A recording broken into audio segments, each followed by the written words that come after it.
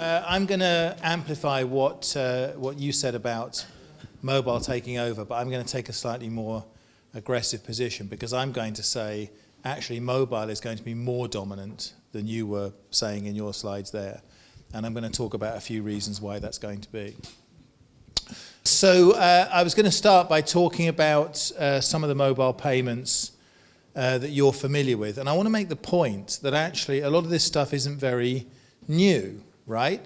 So if you think about like the first time I ever paid with a phone, for example, we worked on the very first contactless mobile phone deployment anywhere in the world, which is the MasterCard Tampa launch, which was, I can't even remember when, 2005 or so. I mean, it was a long time ago, really long time ago. And I was, like the first, this was on the old Nokias, and the first time I ever bought something by tapping a phone at the point of sale, I was just blown away by it. I thought this was the most amazing thing I'd ever seen. And the reason was, obviously, because I had a phone in my hand all the time, as you do all the time. And the idea that I could buy things just with this phone instead of having to... And that wasn't even the first time people paid with mobile phones, because for those of you with even longer memories, will remember back in the 90s, there were the first pilots with the old Nokia SMSs, remember the Coke machines and stuff like that? And there was never any resistance from consumers buying things that way. Consumers always quite liked the idea of buying things with their mobile phone. But as you put up with your chart about Project Oscar and such like, the problem wasn't at the consumer end. The problem was getting ourselves sorted out as an industry. So we had the technology, we had a thing that people liked, but actually working out a way to deliver that in the marketplace turned out to be incredibly complicated, right? Because the idea that, I mean, I can remember putting up slides 10 years ago where we're all going to sit around the table and the telcos and the car, we're all going to work together and we're going to make it. It's fantasy. None of this ever happened, right? Oscar illustrates that extremely well. So we had a situation where we had all of these, actually not just phones. I've got a picture of me paying with a watch. Who's got an Apple Watch? Anybody here is like, what on earth for? Can I just ask what? Do you? Thank you very much. And I've never seen you before in my life, have I, sir? Thank you. So you think you're pretty cool. Actually, have you paid for anything with your... Have you ever actually paid with anything using the watch? Yeah. And did the shop assistants literally gasp with surprise and stand back? And no, it's a bit disappointing when you actually. But the point is, I had an EMV contactless watch. I don't know, 3 years ago, 4. I had the old Calixa prepaid watch. It used to work perfectly, right? So not only have I paid with phones and watches and you name it years ago, but it somehow never got the traction. So why are we bothering having this conversation today? What's changed? Why can I stand up and confidently say, I think you're underestimating the extent to which mobile is going to take over? Okay, we'll start with this question. Who, by the way, you'd get a different answer if you asked this on the mainland as opposed to here. So who has paid for something using their mobile phone in the last day or two? Okay, let's pick on a couple of examples. What did you pay for with your phone? Some Raspberry Pi hardware. And how did you pay with the phone? Bitcoin. Okay, so is there any normal people in the room who've paid for anything? People who weren't involved in large-scale tax evasion of any kind. There must be one or two. No, I'm joking. I have actually tried to pay with Bitcoin. I went to a game. So Tony, well, he probably won't want to be reminded about this, but this summer was the 20th anniversary of the launch of Mondex in Swindon, or Swindon City of the Future, as we call it. And so I thought it would be funny to go back and see if I could find any vestigial traces. I couldn't, by the way, so that was the end of that. But I did find a shop that was advertising Bitcoin game. So I went in to buy a copy of FIFA for one of my sons. And they very proudly had a thing on the window which said, pay here using Bitcoin. So I said to the guy, okay, can I pay using Bitcoin? He goes, oh, I've forgotten the password. I'll have to go and get the manager. So he goes and gets the manager. The manager comes back, scratching his head. They're trying different things. In the end, they can't get it to work. They've all forgotten the password. So I said, so here's progress. So 20 years ago, I couldn't pay with anything using Mondex in Swindon. 20 years on, I can't pay for anything using Bitcoin in Swindon. So there's no progress, frankly, whatsoever in that space. But if you go to my chip shop, just to stick with the prosaic, right? If you go to my chip shop, they've got a sign in the window which says Apple Pay. My chip shop takes Apple Pay, right? The sign doesn't say we take Visa, MasterCard, Amex, Diners Club, whatever. The sign says we take Apple Pay. And I think that's a pretty interesting development. Now, in a way, the sign that says we take, I don't know how many people pay in my chip shop using Apple Pay. I'm guessing it's not that many, frankly. Me, obviously, but I'm not a statistical cross-section of the population over there. Because I've had a chip twice is more than the contactless limit. So. But it has the same function. That sign in the window which said we take Bitcoin didn't really mean we take Bitcoin. What it meant is we are a modern, but you know, it was emblematic, it was an icon. They're never going to take that many Bitcoins. Anyone else here paid with Bitcoin? There you go, that's my point exactly. That's not why that sign was in the window. The sign was in the window for another reason, which said something about the merchant and the context, and that's why my chip shop's got an Apple Pay sign in the window as well, for that same reason. It means something else, right? Sorry, I want one more example. Somebody paid with not Bitcoin using their mobile phone in the last couple of days. Anyone? Just give me an example, please. Oh, they have contactless in the Boots here? Oh, that's really cool. I didn't realise that was already deployed here. No, but I just didn't know. I associate it with inside the M25, so I'm very parochial. So, was it a good experience?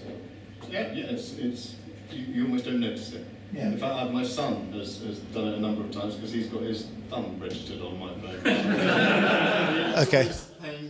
Yeah. Can I just say, can we edit out that egregious violation of his terms and service conditions? I don't want to get anyone in trouble. And he probably didn't read the small print on the... Okay, so we won't say any more about that sort of thing. Okay, you're all illustrating the point. Like, what's changed is Apple Pay. Okay, that's the... And a friend of mine said, the way to think about this is, don't think about Apple as a wolf that's swooping down, to devour. Think about Apple as a sheepdog.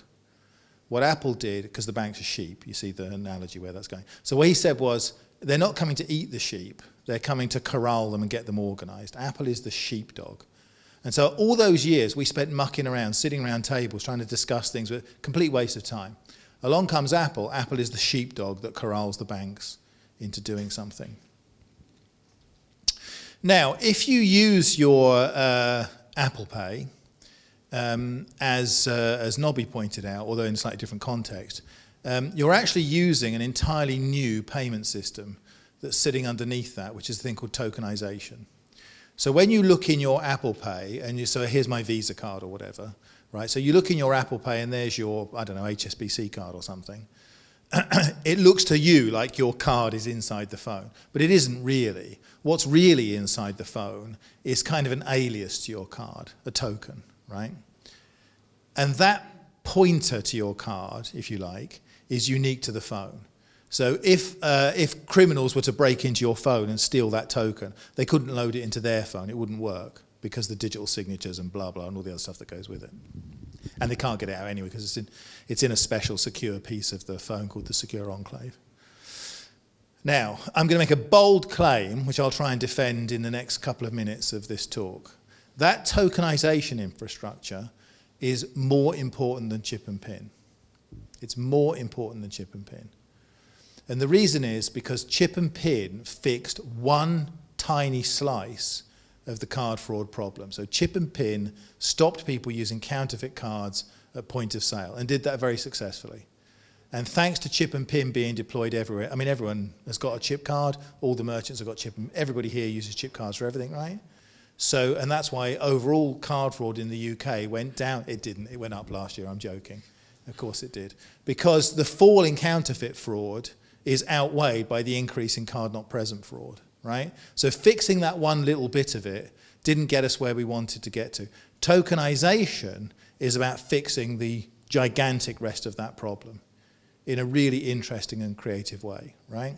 So, and as you alluded to, it's okay, we're talking about Apple Pay, but it's also Samsung Pay and Android Pay and everything else. They're all using this tokenization infrastructure, which Visa and MasterCard and the banks are spending gazillions on right now. So your phones have these secure aliases. They're not your real cards, they're kind of aliases to your cards. Now, if you look at what happened when these kind of... So if you look, for example, at the use of those phones at point of sale, what you see is that, I mean, you said it's very easy and convenient tapping on things, right? For you, that was a very convenient experience. Okay, let me give you a couple of other convenient payment experiences, which will be probably alien to people living on Jersey, as I discovered this morning. So, for example, picture this. I'm in London, and I want to get a taxi somewhere, right? So I've got a thing called My Taxi on my phone. So I call to My Taxi, a taxi shows up, I get in, the taxi takes me where I want to go to, I get out and walk off. Now, if you can come up with it, by the way, that's not what happened here. What happened here was the taxi pulled up, I showed him a card, he looked like I was showing him, you know, Confederate money or something, like it's blank. I'm showing him a card, he has no idea what for, right? And it turns out they only take cash. And then you've got to go to the ATM and get some cash, and the whole thing is quaint, I agree, and for the tourists, and hilarious in some ways, but hardly the kind of modern experience that international financiers would expect when they land on Jersey. That payment experience was better than your payment experience because there was no payment experience. When I got what I wanted, when I finished my journey, I just got up and walked out, right? Because it's all on the app. Anybody here used PayPal in retail point of sale at all? Okay, not you again, please. Let's just. Have you used PayPal where you run the PayPal app and your picture shows up, and isn't that cool? That's a fantastic payment experience, right? So you go into the coffee shop, you're running PayPal, you say to the guy, I'll have a latte please with, you know, cinnamon pumpkins or whatever else they put in, and then you take the latte and you walk out. Fantastic payment experience again. Why? Because there's no payment experience. It's gone. It's vanished inside the app, right?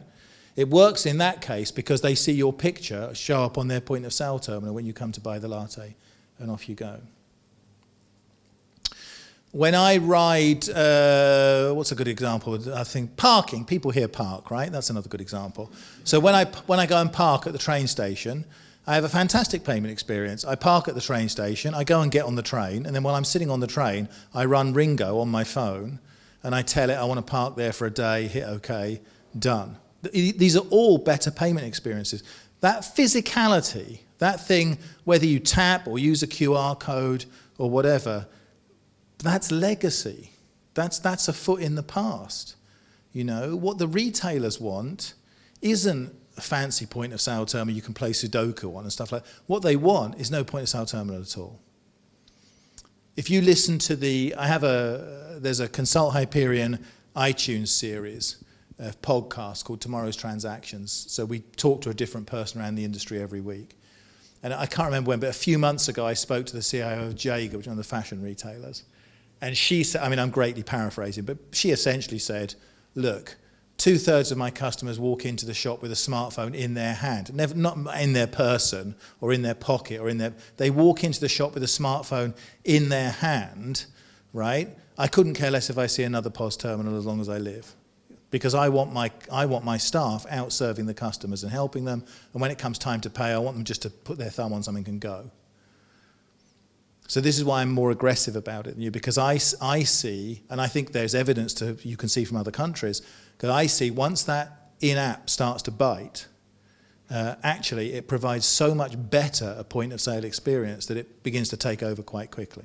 Now, and you could, like, I walk into, so I'm just judging the audience here, do I walk into Aldi or do I walk into Waitrose? I walk into Waitrose, okay? And I've got you can imagine, I've got the Waitrose app on my phone. The beacons are in place, right? I walk in, the Waitrose app opens, the scanner lights up on the wall, because they know I'm in there, right? I take the scanner, I do my shopping as normal, and then when it's time to go, I just hang the scanner up, put my thumb on the thing and walk out, done. You can't get better pay. So that's the way.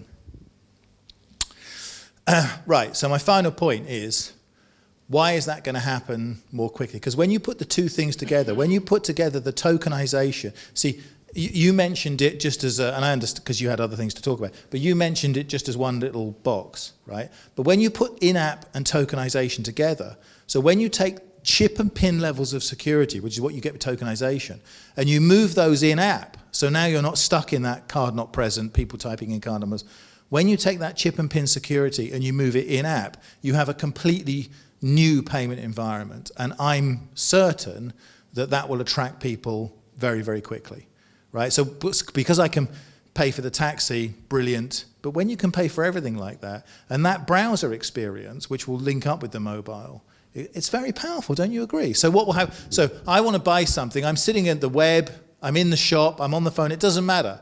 When I decide to buy something, up pops the app on my phone. I put my thumb on it. Done, right? The same payment experience across all of those channels. Now all of a sudden you've got the security, you've got the cost effectiveness of effectively, I mean, they call it card present. It's really card holder present payments. And so the shift to mobile payments, I argue, will happen faster than I think many people think. And that's because that combination of in-app and tokenization delivers such a powerful point of sale experience. Okay, that's the point I wanted to make, so thanks.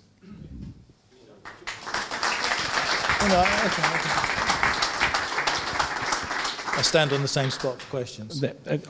We must have some questions for Dave. Who has a question? Paul Marrett, Jersey Post. Every time we come out with something in technology, there's always a threat that follows it. What's the threat to tokenization? Threat to tokenization? It's going to be broken at some point, says the aging cynic. In what direction might that be? Well, there's broken and broken. So there's broken that I care about, which is broken where I as a consumer might lose some money. I think that's extremely unlikely.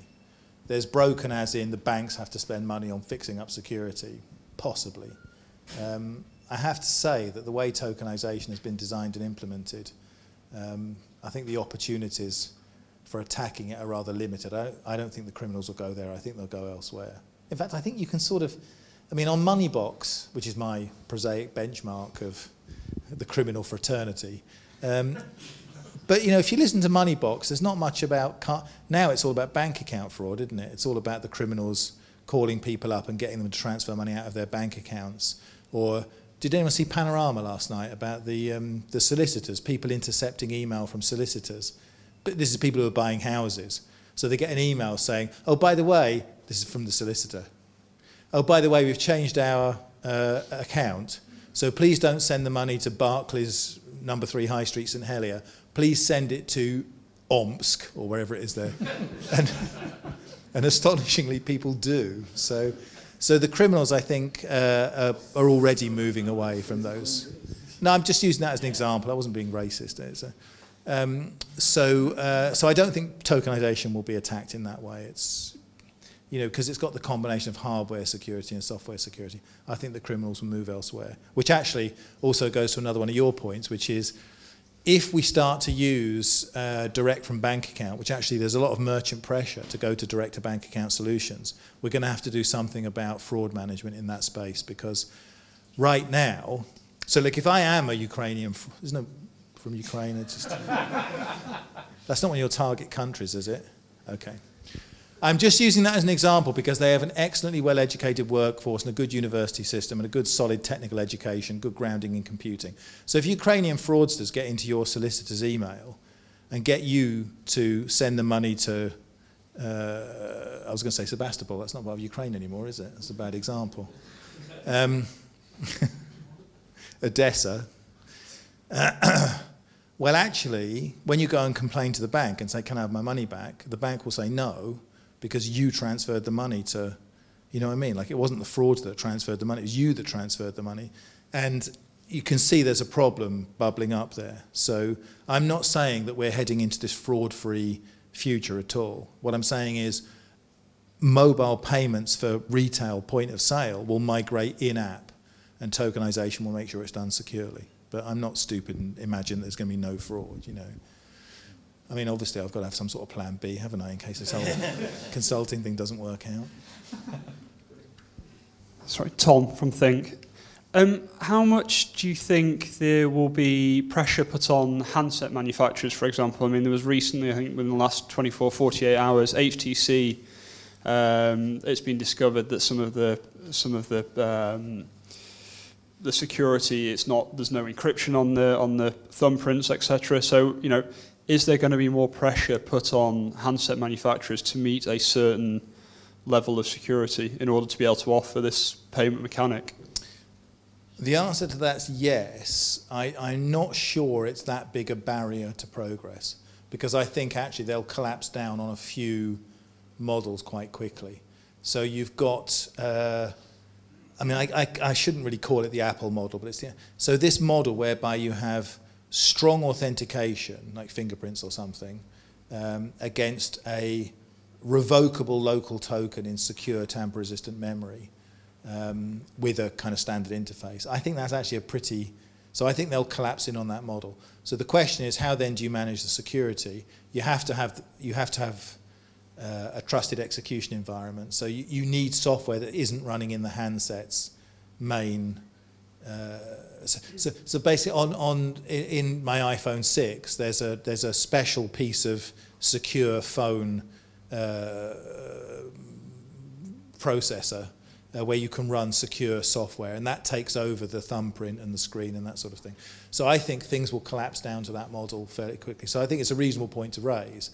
I don't see it as a big barrier, because there's not that many different ways you can do it, and that's a pretty reasonable way of doing it. So yeah, no, I mean, not so much a barrier, but just a level of security. Like, say, HTC have just been pulled up for not securing that data well enough, and therefore allowing people to use the handset. Well, it's a tragic story of what can happen to people who don't choose the right consultants, I'm afraid, and thank you for raising it.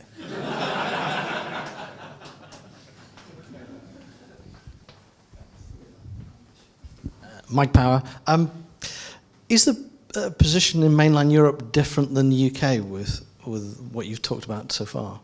Is there more adoption of mobile payments on mainland Europe than the UK, or vice versa?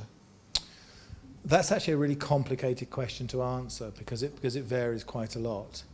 So if you're in somewhere, what would be a good example? So if you're in somewhere like Denmark would be a good example, right? So in Denmark, you have MPay, which is the multi-bank direct-to-account scheme. I have to double-check, but I think half the adult population use that already, and you're beginning to see it move to retail. Yeah. You're beginning to see that move to retail point of sale. In fact, just apropos of a conversation we were having earlier on, Sweden is the only country in the world where the amount of cash in circulation is actually going down. Because in the UK, even though these alternative payment mechanisms are growing and the use of cash at retail point of sale is steadily falling, the total amount of cash in circulation is actually still going up, much of it in the form of £50 notes, which we make no comment on, except to say that the Bank of England themselves said only a quarter of the cash in circulation is used for transactional purposes. So in the Scandinavian countries, you see cards and mobile accelerating. Mobile has a dynamic to it with things like MPay, because you see, once mobile gets to a certain penetration, because you can use the phone as a terminal as well as a payment device, it begins to have a kind of runaway effect. So like if everybody's got cards, that doesn't get rid of cash, because if you're a shop, you've still got to have a terminal. So, and that's okay if you're a shop, but if I owe you £10 down the pub, you don't have a terminal about your person, do you? So, you know, I can't use, of course, if you owe me £10, I have got a terminal about my person. I'm the wrong sort of person to try this on. So I've actually got a terminal in my bag, but most people don't, right? So the fact that you can get paid with a phone starts to have an accelerating factor, just like M-Pesa down in Kenya. Once a certain proportion of the population are using mobile, the fact that your phone is a terminal as well as a payment device begins to accelerate. In other countries, you have things being driven through the contactless infrastructure, so you expect to see things like Apple Pay, Samsung Pay, Android Pay grow in some of those countries. Poland, for example, would be a good example. Poland has a very high contactless infrastructure already, very high use of contactless cards, so you'd see it go through that route. In other countries, you don't see that point of sale penetration, so you look more towards the in-app stuff to take it over. It's a very mixed picture. I have a lovely not in that presentation. I have a lovely graphic of what I call the payments weather map, which shows how cashlessness is sweeping down across Europe and how far it's got. The country I'd point out as being quite interesting, I think, is France, because for many years we had the worst card fraud in Europe, and now it's France, I'm proud to say. And also, they use checks more than we do, so their payment system is vastly less efficient than ours is. So it's funny, when you look at the map, there are some countries that stand out. In other countries, like the Netherlands, you've already got the situation where some types of shops don't take cash at all, like pharmacies don't take cash, you have to have a card to pay. You've got cash-only lanes in the supermarkets. There's other countries. I was in New Zealand last year. Nothing to do with the presentation. I just wanted to make Norbert a little bit jealous about my jet-setting lifestyle. I was in New Zealand last year and I went to buy something at the 7-Eleven. They don't take cash after 6 p.m. You have to use cards. So it's a very mixed picture. It's very hard to sort of draw a general picture. But I think for the UK, you've got high smartphone penetration, a lot of contactless at point of sale. You can see us beginning to slip quite quickly in that direction. Dave, thank you very, very You're much. welcome. Thank you. It was a very fun